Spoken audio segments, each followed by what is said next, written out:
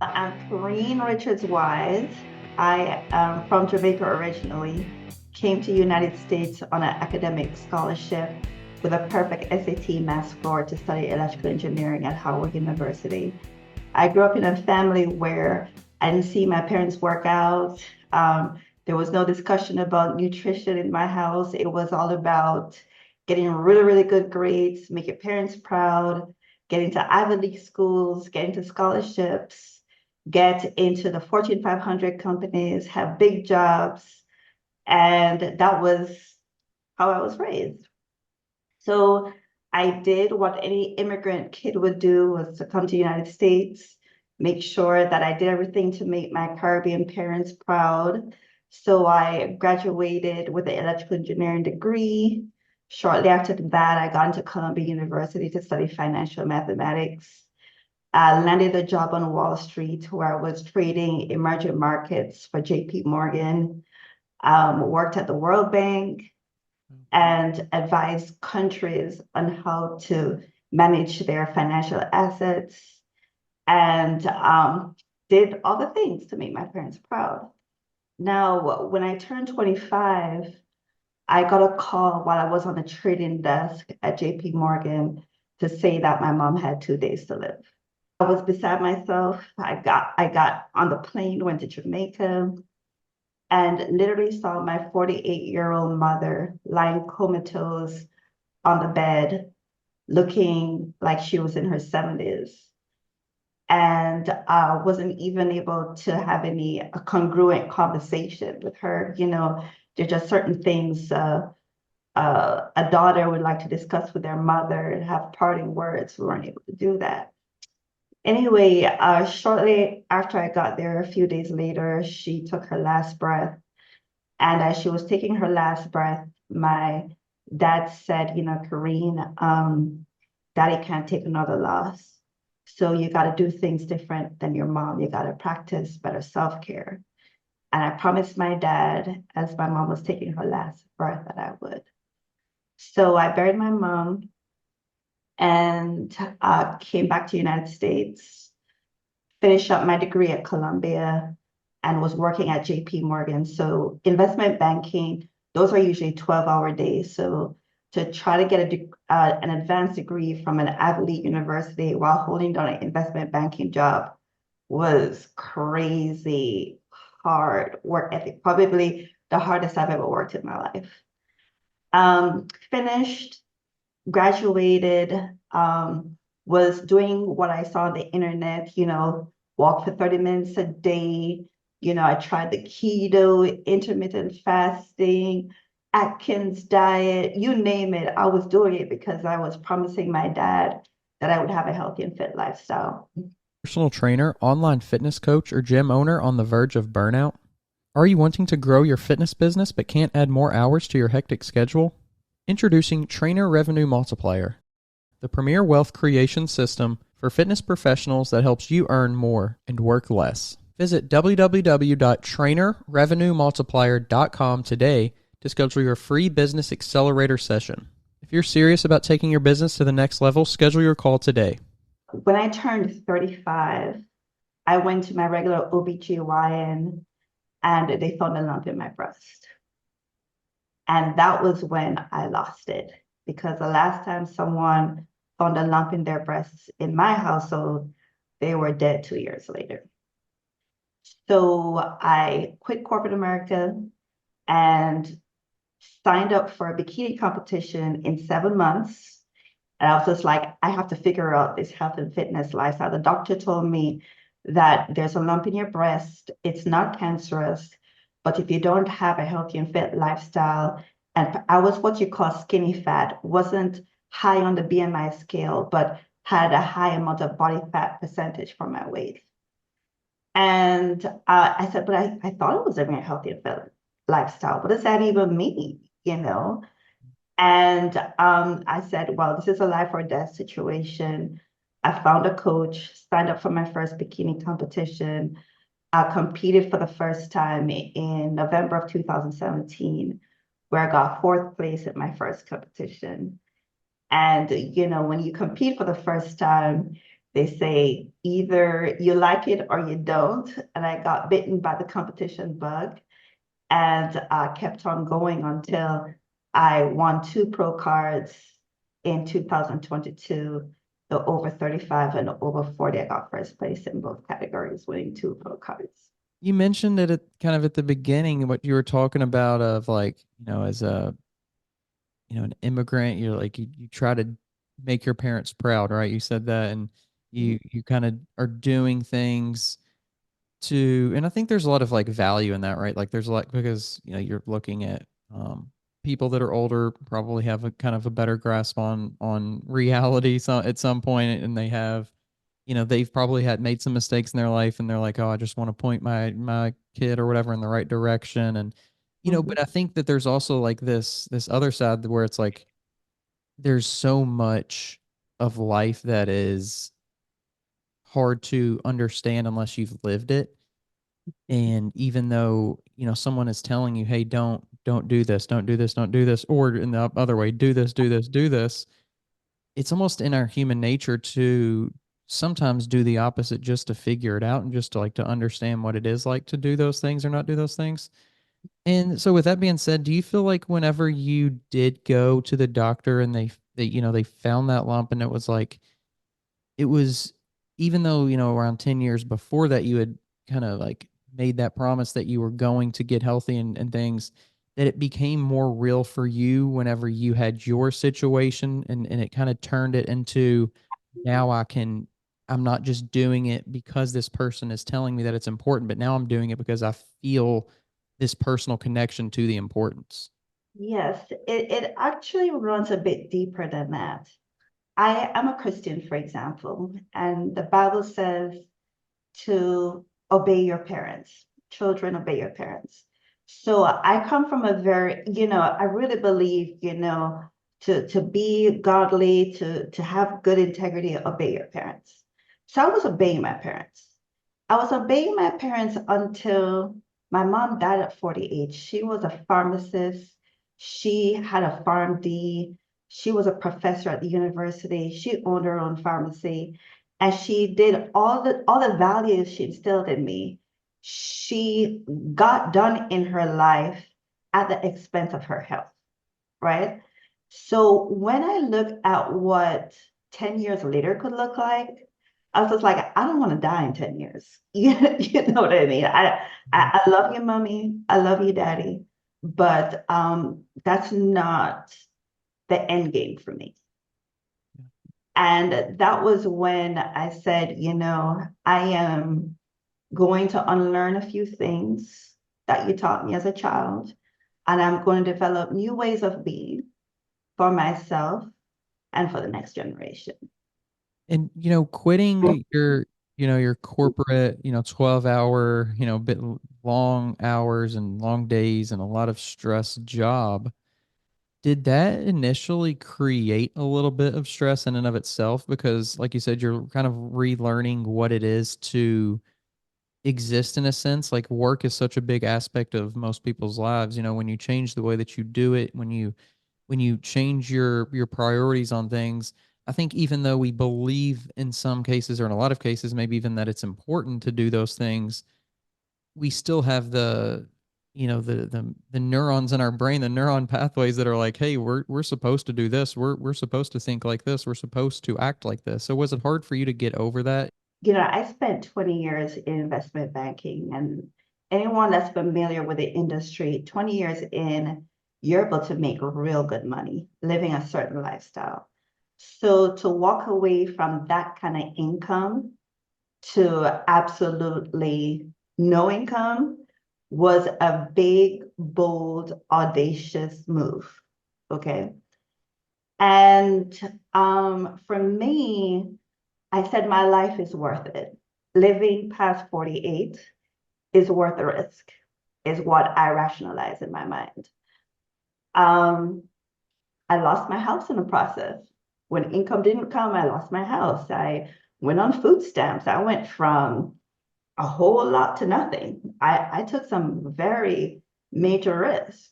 I did that because I was single, didn't have any children. And at this point, my goal was to live and not die. Right. So I'm just like, this house is not going to keep me alive. This extra monthly income is not going to keep me alive. Um, I need to live. And I took some serious risk. And looking back at it, it was worth every bit of it because, you know, when I lost my home in Virginia, I started doing health coaching and I moved to Washington, D.C. and started, coaching people out of a hotel room in Washington, D.C. off the waterfront. And the Fit Hidden Figure brand became well known in the DC area. And fast forward today, what we make in Fit Hidden Figure exceeds what I was making in investment banking, right? And so I lost everything, but now I am back to the level of wealth. I have my health, and I end up getting it all in the end, right? So in investment banking and finance, they always say high risk, high return. You never get a high return until you take some incredible risk. And I'm a risk taker. Um, Now, along the way, I did get married, and my husband is not the biggest risk taker, but I took all the risk I needed to take before we got married to get to this point. But anyone that knows me, I'll take a shot. I'm the type of person where I don't want to regret not taking the shot. You know, I'm going to take the shot no matter how high. If I could see a return at the end of the game, I'll take the shot. Of course, with your background, you probably understand it from more of like a mathematical sense and like a logical sense in a way too. Whereas a lot of people might be risk takers, but they're just like, oh, let's try this, let's try that, but nothing is actually, making good sense. But are you a personal trainer who wants to scale and grow your business online? Have you been coaching online for years, yet don't know how to incorporate online into your current business model? Introducing Trainer Revenue Multiplier, the premier wealth creation system for fitness professionals that helps you earn more and work less. Visit www.trainerrevenuemultiplier.com today to schedule your free business accelerator session. If you're serious about taking your business to the next level, schedule your call today. The Weight Room Podcast is thrilled to announce our new sponsor, Prime Science. They're leaders in harnessing scientific research to revolutionize your fitness journey. With a firm foundation in the latest health sciences, Prime Science offers innovative products to help you achieve and surpass your fitness and health goals. These tools are more than just accessories. They're the result of rigorous scientific research aimed at optimizing your health. Dive deeper into how you can transform your approach to fitness at primescience.co.uk. Trust me, with Prime Science, you're in scientifically sound hands. You made a good point, and I just want to close the loop on this. There's a difference between taking risk and taking calculated risk. So my area of expertise in finance is risk management. So I know how to take calculated risk. And you know how everyone just thrown on the term that health is wealth, right? I really believe health is wealth, and I will bet my life savings on that concept. Meaning that if at the end of the day, right, would I rather have money in the bank or have my health? If I have my health, I can turn it around and build the money back, right? Because once you have your health, the wealth will come. But if you have wealth without health, then the money stops the minute your health gets into a decline. You know the saying that says, if you don't make time for wellness, you'll be forced to make time for illness, right? That is so true. The other way of looking at it is in finance, when you think about someone's wealth, they call it human capital, right? Where if you were to go get life insurance, the insurance, the actuaries that's calculating the terms of your insurance is going to look at your information and calculate what they think your human capital is. And that human capital is the amount of money you will likely make between now and the time of your death, right? And that goes into a calculation called human capital, and that is determine the terms of your life insurance, right? Now, when I went to school at Columbia University to study financial mathematics, the first year of grad school is done with actuaries. So the way the way insurance companies think, we have to think like them in the first year of the financial mathematics program. So when it comes on to risk, I am trained to take calculated risk. So it's not just get up and, just taking risk just for the heck of it. There's some calculation in it, right? And my rationale was, given the life expectancy, the other thing with insurance companies is that they will ask you, how long do your mom live? How long do your dad live? And the insurance company is going to give a life expectancy number for you. They never tell you what that is, but they calculate that and then determine how much your insurance terms are going to be based on that. So when I think at the death of my mom at 48, if an insurance company was to look at my overall profile, they would not give me much of a life expectancy, right? And what they would assign to me would be like, she most likely won't live past 50. So we're going to set up her insurance policy this way and that kind of thing. So I'm thinking like that. And I'm just like, look, I don't want that kind of life expectancy for myself.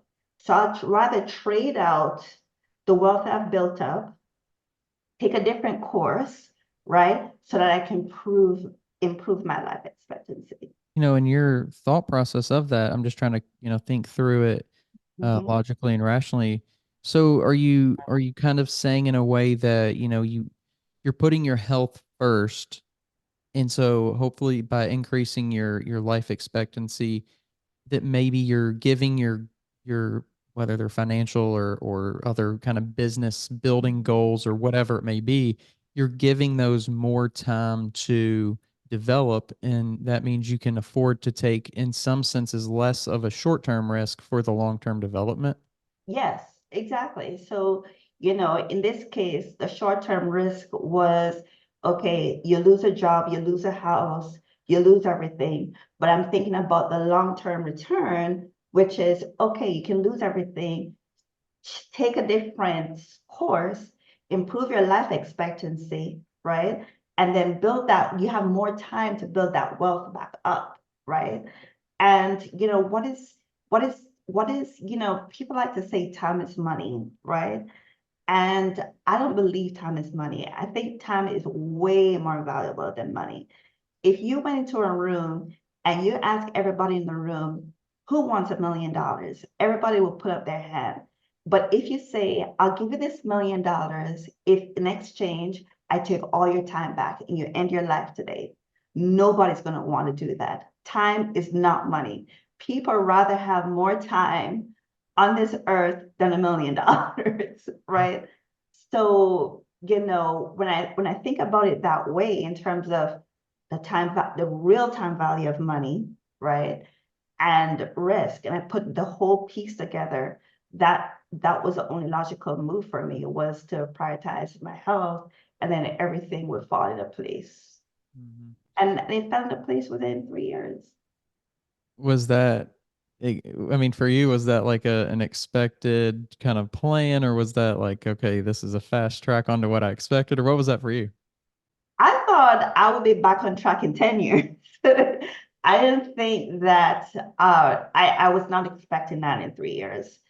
You know, the it and my experience goes to show people will pay more for to live longer, to have good health, than to teach them how to build wealth, right? Especially if they're at a situation where they're running out of time, right? Where their quality of life, they can't get up out of bed and play with their kids.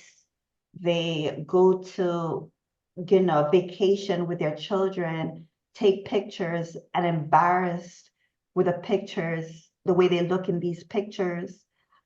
that's the kind of pain that people will pay really good money to get rid of that kind of pain. Going into public speaking events, I had a very senior person at Facebook that would speak all across the country. And when they would record her on stage, she didn't like the way she looked in those videos. And they'll pay very good money to just not make that happen again. You know what I mean? So whether it's for feeling the vitality, improving their wealth, improving their branding, the other thing too is that when people improve their branding, they do make more money.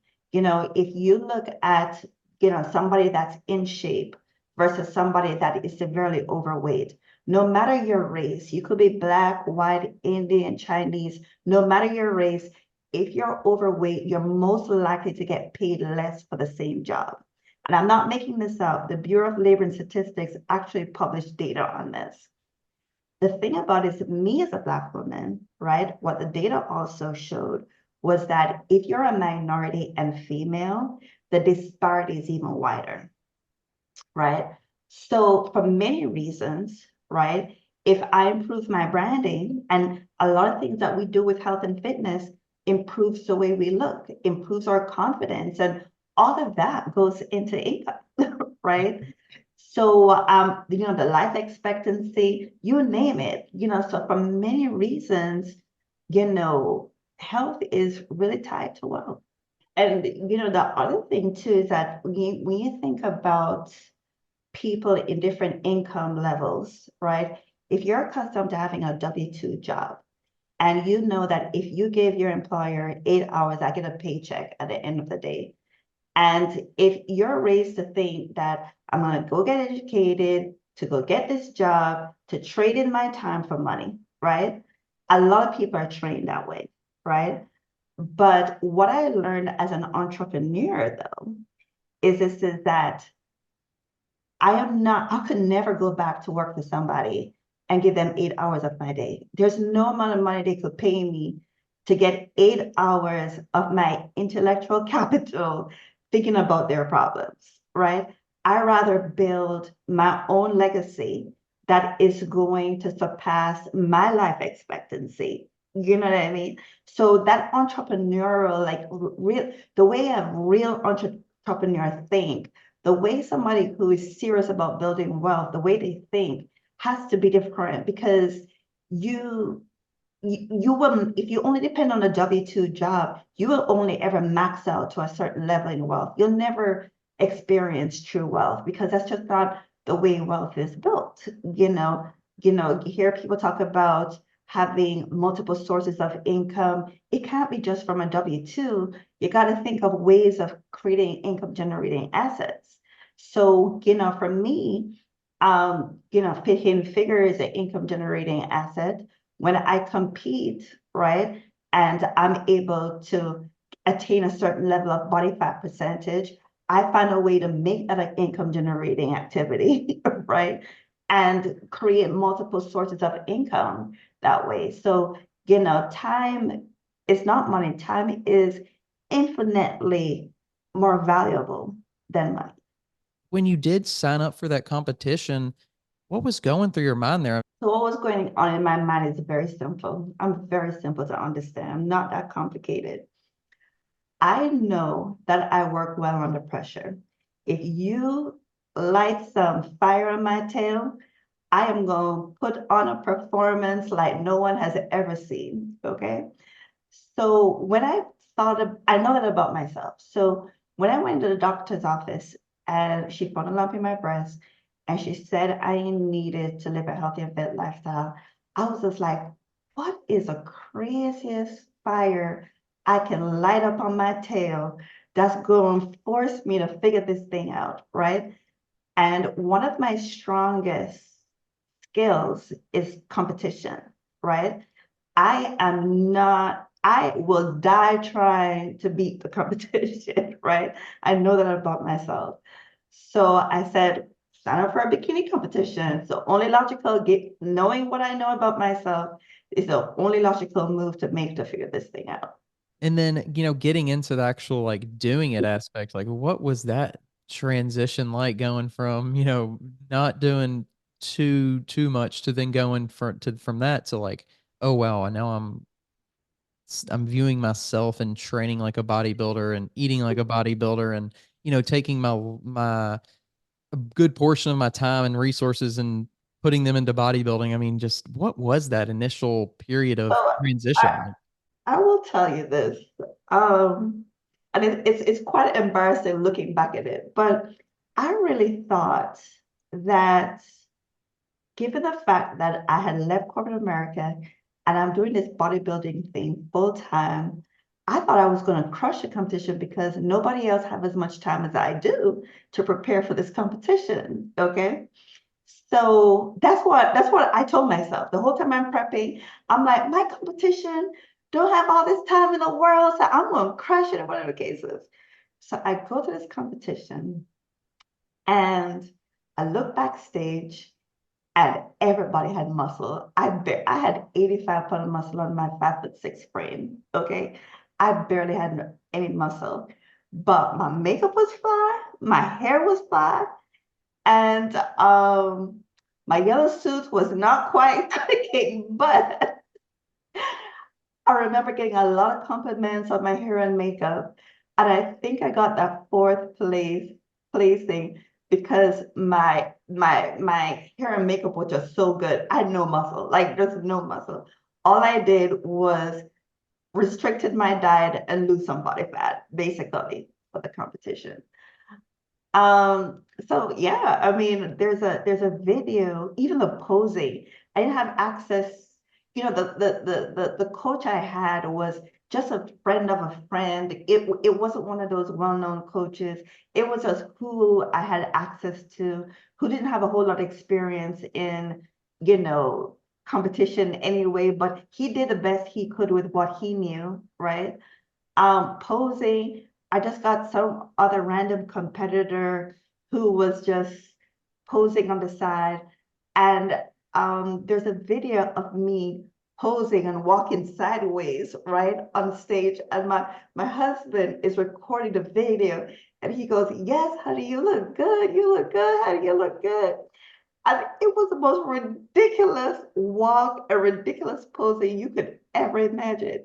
And I was teasing my husband, like, why you had to lie to me? You know that don't look good. But the thing about it is that we all had no experience. We didn't know what was good or what, whatever, everything just looked good. Everything was because it was better than what we had before. No one, we just had no clue. So that was the beginning stage. Every day, I look in the mirror, I'm like, I look good because I look better than the day before. So, yeah, that was a big, everybody, my parents. I remember my dad visiting, and I was very concerned about what my dad would think of me of walking away from investment banking to be a bikini competitor. And I said to myself, you know what, Karene, you got to stop worrying about what other people think. You got to do this for you, right? And I'm a big daddy's girl. I love my dad to the bone. And I was just like, I don't care. I want to live, So he came to visit for my first competition, and we were taking a selfie. And one thing about me is that I have very striking six-pack abs. I get dinged for it in competition because the level of six-pack abs I have is not cute for bikini. They want to see that more in a men's physique. But my dad was so impressed that he had a daughter with this etched in six-pack abs. So I was taking a selfie and it was just a picture of her head. And he goes, no, no, no, you gotta make sure the six-pack abs is in the picture. I was shocked. I was so shocked because here I am wondering if I'm disappointing daddy, and all he wants to do is show off him posing with his daughter with the six-pack abs, right? Cool. So yeah, those were the kinds of things, every day was a surprise. Yeah, that's such a kind of a unique and cool perspective to go into it with. I think there's a lot of people who get caught up in the doubt, and I think it's understandable, right? But I think a lot of people turn that experience into somewhat of like a negative one, or, that kind of thing, but to kind of stay positive in that way. And it sounds like, kind of going back to your competitive side too a little bit, like you mentioned that you had this idea, okay, nobody has the time I have, and I'm just gonna, blow everybody out of the water because I have this time. Do you think that that's kind of like a thing that you find yourself doing a lot, is like creating a scenario in your head while like you're gonna be ahead, and like while you're going to have the advantage and stuff like that, for just whether it's bodybuilding or business or whatever? Yes, I always think of what do I have going for me that's going to cause me to win. Whereas most people think about what do I have going for me that's going to cause me to lose. I focus on my strengths and I ride those strengths. I ride them hard, right? You know, if if time is what I have, I'm gonna ride it to the bone, right? Even with taking the SAT math, I'll tell you the story with how I got a perfect math score in SATs. My parents, you know, gave me a very sheltered life, right? I couldn't talk to boys. They sent me to an all-girl high school where you just go to this all-girls high school and go to church, don't talk to boys. If you come home later than 4 p.m., you're grounded, you know what I mean? And I said, I'm tired of this. I am going to leave this country. I'm going to America and I'm going to find me an American husband and I'm going to make American kids in an American house and have an American dog. And I'm going to learn to make lasagna because American kids eat lasagna, right? And I had this whole scenario planned out in my head. And so my parents are looking at me, so it's like, and who is going to finance all of this? We're in Japan. I'm like, you don't worry about that. I'm going to get a scholarship. I'm going to go to America. And my parents were just like, okay, Karene. And I did it. I had my why. And that summer of senior year, I locked myself in a room and I studied the crap out of the SATs. What I had that summer, I had time, right? And I was going to ride that to the core, right? And then, I applied to Howard University and got the scholarship to go. And, whatever, I don't like to waste resources. So whatever I have, I'm going to maximize my resources. I'm going to use creativity to maximize resources. And that's how I think, use what you got. Just use what you got. Wow. Yeah, that's funny. That's an awesome story. Getting into post show and stuff like that, that first one. What were your thoughts though, like coming off that show and seeing like the competitors and maybe like being more informed on like what the situation and what the circumstances were and like what the competition was and what more probably like competing in general really was. I mean, did you make a lot of adjustments after that, or was it kind of a slower transition, or what was that? The Weight Room Podcast is proud to be partnered with Prime Science, our new sponsor and a trailblazer in health technology. Prime Science is dedicated to pushing the boundaries of what's possible in health and fitness through extensive research and scientific validation. Their products are a testament to their commitment to safe, scientifically backed health optimization. To learn more about how Prime Science is redefining fitness with valid science, visit primescience.co.uk. Join us in embracing a future where fitness meets rigorous scientific practice with Prime Science. This podcast is sponsored by Smoking Gun Coffee, a veteran-owned coffee company that strives to give back to those in need. Don't forget to use code TWR10 for a 10% discount at checkout. So once I realized that my competitive advantage of having the extra time did not get me first place, that was the reality. But as I got to meet, I introduced myself to the ladies backstage because I want to know who they were, how did they get all this muscle? And one of the things I realized that they had more time with the weights than I did, right? And so what I did was I said, okay, I got it.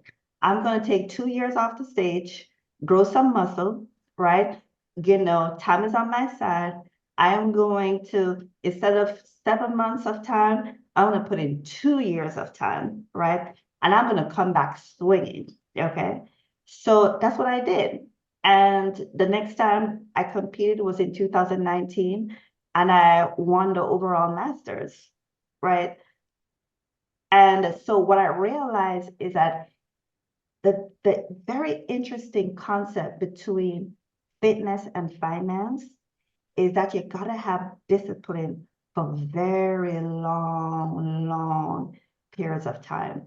Like when you think about finance, one of the reasons why a lot of people retire broke is that they did not start saving for retirement, in the 20s, like you're taught to do, right? And save and be disciplined and disciplined and disciplined for decades at a time. It's the same thing with fitness. You gotta stay on your meal prep, stay on your strength training, stay on all of your workout. But the biggest names in fitness, they stayed on their grind for decades at a time, right? It's not something that happens overnight. So that's what I did. I was just like, look, you know, the stage is not going anywhere. Time is still my biggest asset, right? I thought it just needed several months, but apparently it needs a decade, right? So I'm going to start putting in my time now. And that's what I did. So in 2019, um, when I won the overall, the feedback was that I had very little muscle in my legs and I needed to grow my legs. Little muscle overall, but in my legs, it was painfully skinny. I was just the most conditioned on stage. I was just the best that day, right? From I always had stage presence and that kind of thing. I had more muscle than in 2017 and I had the conditioning, but I still needed more muscle. So I said, all right, I'm going to get off stage for another 2 years, right? And along the way, I had been going to this event called Cuties Conquering the Stage, that's done by Sean. Are you familiar with that event? I don't think I am. So the it's an event that happens at the Ritz-Carlton here in the DC area. Women, it's like a weekend for bodybuilding women, cutest conversation. I've been going, the woman that won the overall in 2017 at my first competition, I went up to her, introduced myself, and she told me about this all women's bodybuilding event that happens every January. So the competition was that November 2017. And I was at Cutest Conquering the Stage that January 2018. And I kept going year after year after year, right? Where I was just like, I'm going to do what I need to do. I'm going to position myself in the sport so I can learn from the very best. And at Cutest Conquering the Stage, Olympians will come and spend the whole weekend with you. And the speakers would be like Jamie from Fit Body Fusion, like Paul Revela, big name coaches will show up and speak, and you get to spend a whole weekend with them, right? That kind of time with that caliber of people, you learn a whole lot at these events. So I was going to those, right? And I took 2 years off from competing to build that muscle. And at one of those events, Jamie, the founder of Fit Body Fusion, she selected me and gave me a sponsorship to coach me for absolutely free for 6 months. One of the biggest turning points of my career. That happened in, I want to say January of 2021. Making sure you have a seat at the table. And let me tell you how that correlates in business and how it correlates in fitness.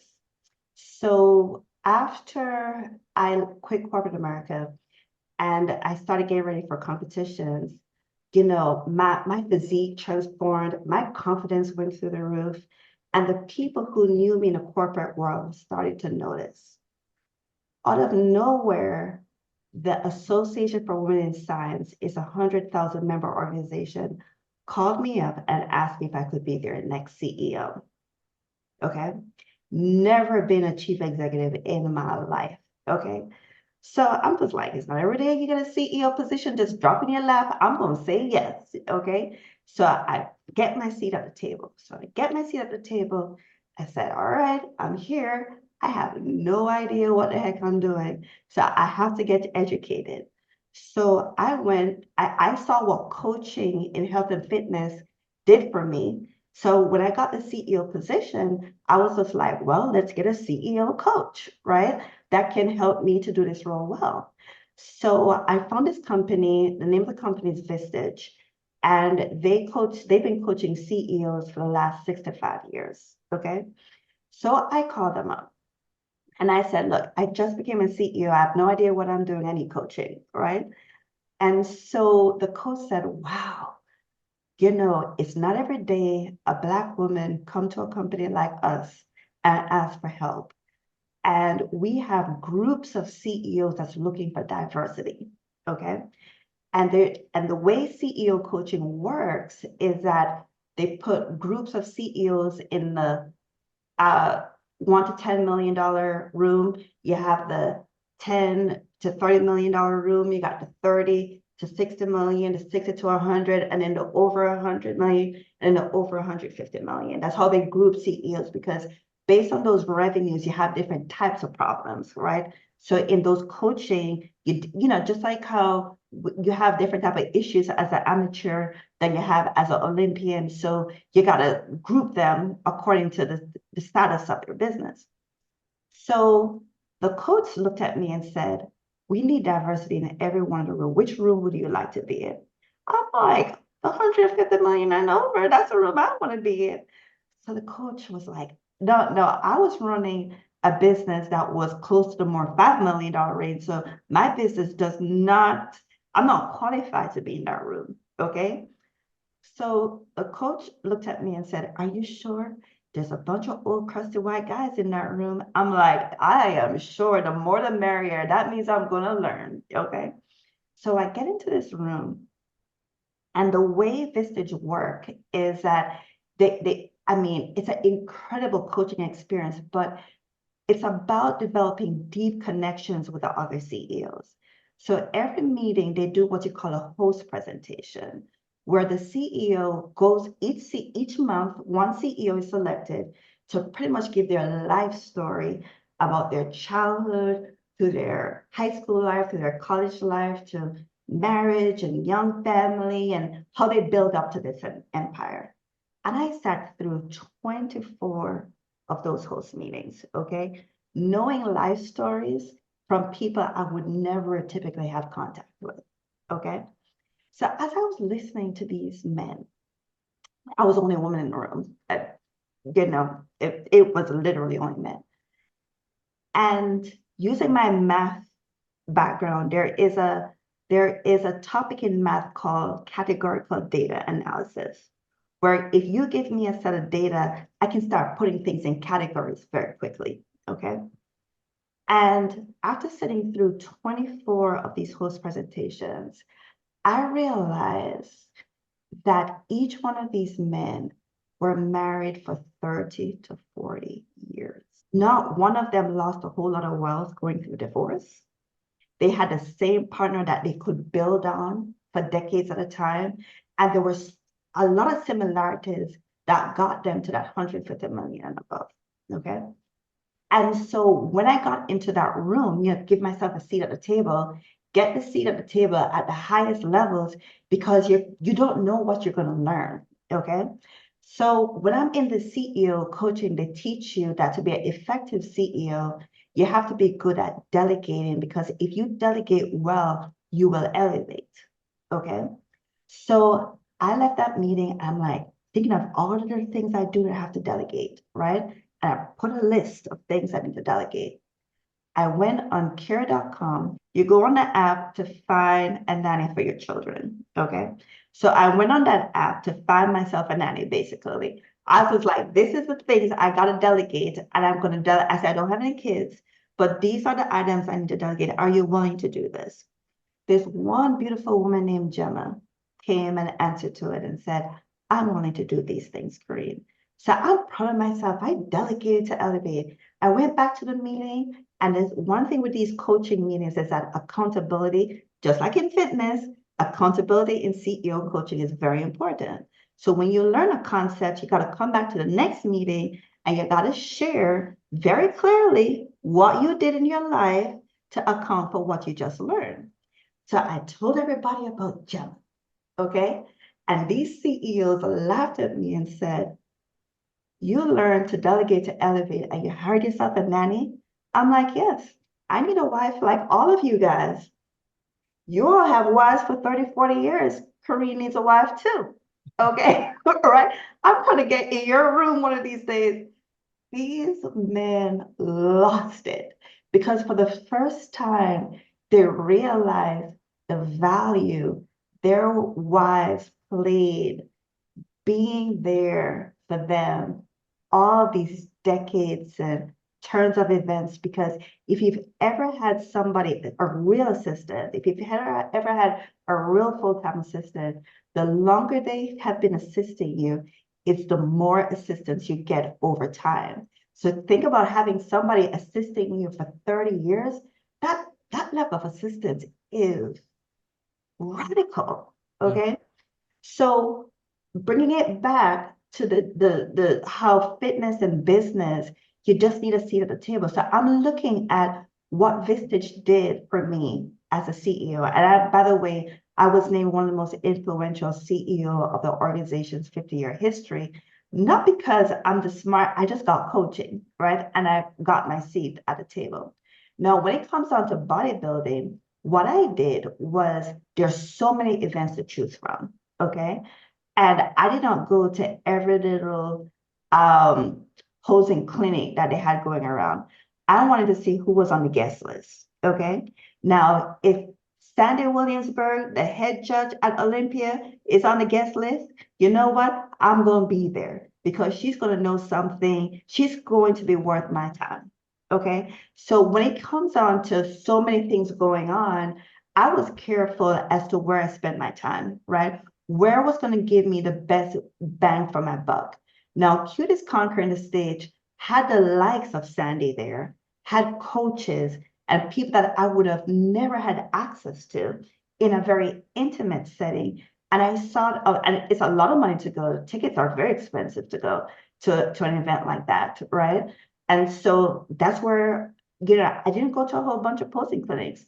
Every year, that was the one place I went, right? And spend that weekend. And that was where I grew and grew and grew, but making sure that I put myself at the table in the right rooms.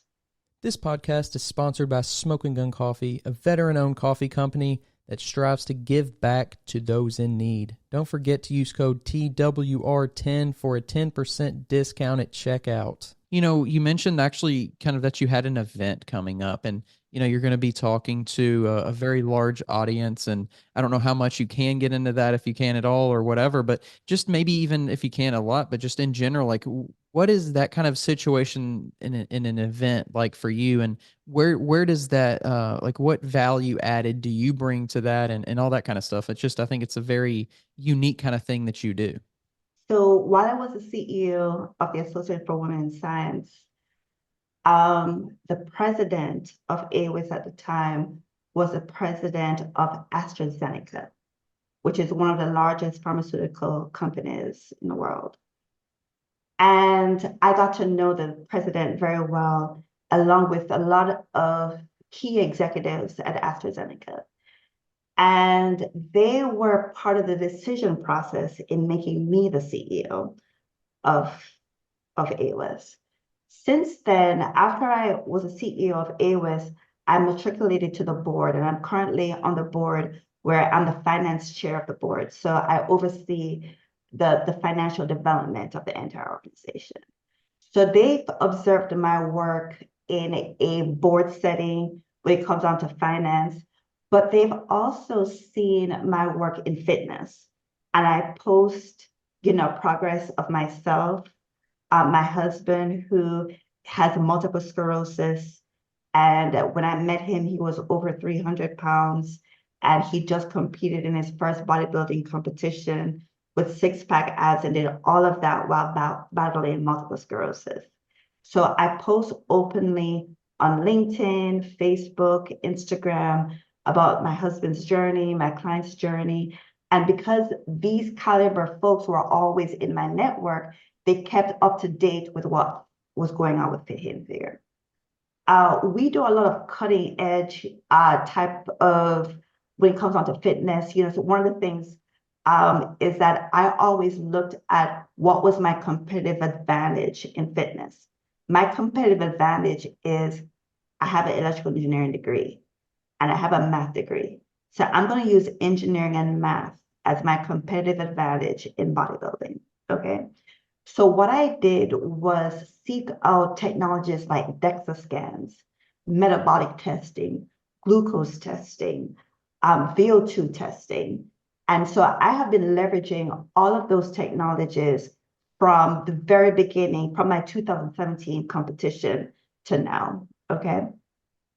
Now, DEXA scans, RMR, and VO2 has now become very popular because it was featured on Netflix with the You Are What You Eat. I don't know if you see that series. So now the big buzz, DEXA scan companies, RMR, VO2 companies are making a crap load of money because now everybody is becoming aware of it, but it's something I've been using for a very long time. So AstraZeneca got wind of, because they've been following me and they had known about DEXA scans, RMR, and VO2 from me, and then they saw it on Netflix. So they decided to call me up to talk to their employees about self-care and what's the latest and greatest in technology they can leverage to actually get results in their self-care. And they have 4,000 employees in the Bethesda office. And I am going to be speaking with them about, our approach to health and fitness, how we use these technologies. And then they're going to have a panel discussion to interview some of my clients that have gone through a transformation, that kind of thing. And the interesting thing is that the way we do health and fitness tend to appeal to the science community, because remember, I was the CEO of the Associate for Women in Science, so I have a strong science following, right? The approach to fitness has a very scientific ring to it. And then I'm going to present it to a room full of scientists, right? So that's what we have coming up. So I'm preparing like heck for that event. It's coming up on May 23rd. It's that sounds really interesting. There's so many things. I remember when I was competing at Universe, and I went in, I always get my DEXA scan the Friday before I compete, okay? Because I want to know where I am in terms of body fat percentage. And I remember I was 125 pounds and 9% body fat going into Universe. And the feedback was I needed to be a tad leaner, right? So Jamie got me a tad leaner, that kind of thing. And I went back to the DEXA scan and I hit 8.1% body fat. And I'm like, 9%, 8.1%, that is leaner. So when I got on stage, I knew I had, because DEXA scan is a gold standard on body fat percentage. So when I walked on stage at Masters Nationals, I knew that I executed on that feedback. And just the way you walk on stage because you have your data, it just gives me so much confidence. That's my competitive advantage. I know my numbers. I know when I'm supposed to hit the stage. And the criteria changes over the years, right? But based on the current criteria, what looks good on me is this much percent body fat, right? And so I use the data to my advantage, and it gives me confidence on stage. The other thing too is when it comes onto science, when a woman gets to 8% body fat, she loses her period, right? That's science. Now, when you lose your period, you have hormonal imbalances, you don't have desire for sex. And at the time, I had just gotten married and we were trying to be good Christians, wait until we get married to have sex. And my husband is just like, I got the keys to my promised land, let's get going. And I'm like, no, sir. And it caused problems in our marriage. Okay. We had to get marital counseling for it. Okay.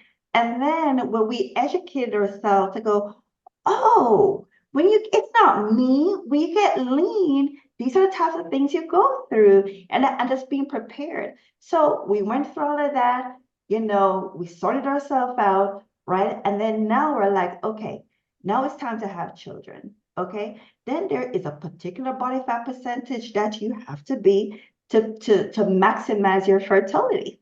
Okay. So I had to consciously put on body fat, want to see my period, but even more than that, to optimize my hormone so that I have the best chances of having a baby, right? So even understanding, especially from a woman, and all the different things that the female body can do, right? And how it integrates into bodybuilding, marriage, children, and all that kind of stuff, there's a lot of science behind it, right? And so being able to if I had known this ahead of time, I would have planned things out differently. The average competitor, the average people out there have no idea that all these things are a thing, right? So, I'm constantly digging deep to learn and giving myself that advantage. I really appreciate you coming on and opening my eyes and opening our guest eyes to many, many different ideas and experiences and advices and wisdoms and everything of that nature. It was really great. And I really enjoyed this conversation. And I really appreciate you coming on. Yeah, thank you. I enjoyed myself. Thank you so much for having me. If you want to share any socials or websites or anything like that, you can go ahead and do that. So my website is www.fithiddenfigure.com. You can see transformations and testimonials for yourself on that website.